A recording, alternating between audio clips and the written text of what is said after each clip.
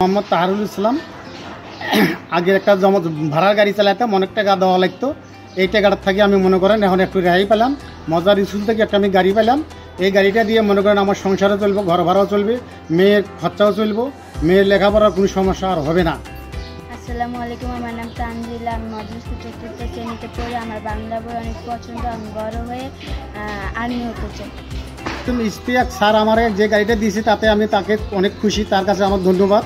আমার সংসারটা এখন খুব সুন্দর চলবে আল্লাহর রহমতে। তার জন্য আমি অনেক দোয়া করি, সে জানি মনে করেন আরও দিতে পারে মানুষকে।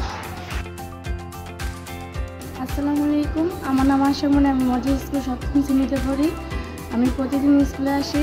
আমার বিজ্ঞান বিষয় খুব ভালো লাগে। আমার জীবনের লক্ষ্য আমি ডক্টর হতে চাই। আগে আমি ভাড়া গাড়ি চালাইতাম, এখন আমাকে মজা সরকার গাড়ি দিতে। এখন ইনশাল্লাহ আমি অনেক লাভবান আছি। আমার ইনশাল্লাহ ঘর ভাড়া টরবা দিয়ে এখন আমি আল্লাহ দিলে ভালো করতে পারবো।